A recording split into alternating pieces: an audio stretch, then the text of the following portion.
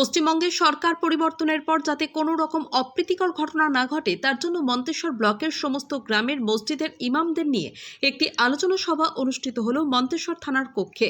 এই আলোচনা সভায় মন্তেশ্বর থানার আইসি সোমনাথ ভট্টাচার্য সকল ইমামদেরকে আশ্বস্ত করলেন কোনো গুজবে কান দেবেন না। যেমনভাবে আমরা আগেও সম্প্রীতি বজায় রেখে আমরা জীবনযাত্রা করেছি, এখনো বর্তমানে সেইভাবেই চলবে। কোনো ভয়ভীতির কোনো কারণ নেই। সকলকেই সংযমী হওয়ার একটি বার্তা দেন।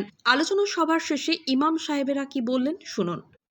কমল পড়ার রিপোর্ট, MBS নিউজ।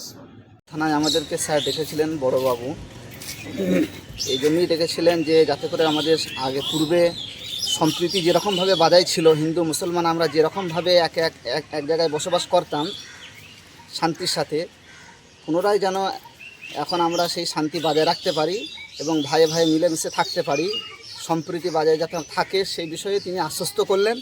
বললেন আপনাদের যে কোনো ভয় বা চিন্তার কোনো কারণ নাই, আপনারা যেরকমভাবে ছিলেন সেরকমভাবেই থাকবেন, কোনো সমস্যা হলে আমাদেরকে ইনফরমেশন করবেন, জানাবেন।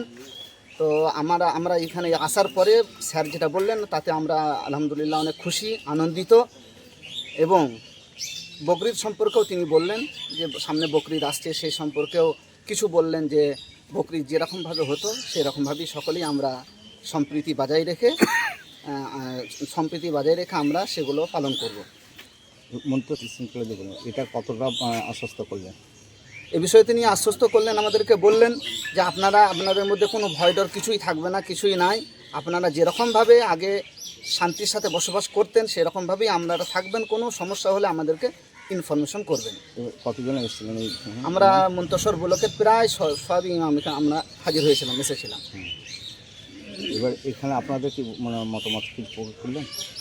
মতামত বলতে আমরা বললাম যে স্যার আমাদের কিছু কিছু জায়গায় এরকম হচ্ছে যে ভয় সঞ্চয় করছে, ভয় লাগছে। তো স্যার বললেন যে ভয়ের কিছু কারণ নাই, সমাজে কিছু উচ্ছৃঙ্খল মানুষ থাকবে, তাদের প্ররোচনায় পা না দিয়ে আপনারা শান্তির সাথে বসবাস করুন, কোনো সমস্যা হবে না। আপনি কোন মসজিদ থেকে? আমি কুসুমগ্রাম মার্কাজ মসজিদের ইমাম মোহাম্মদ নাসিরউদ্দিন খান।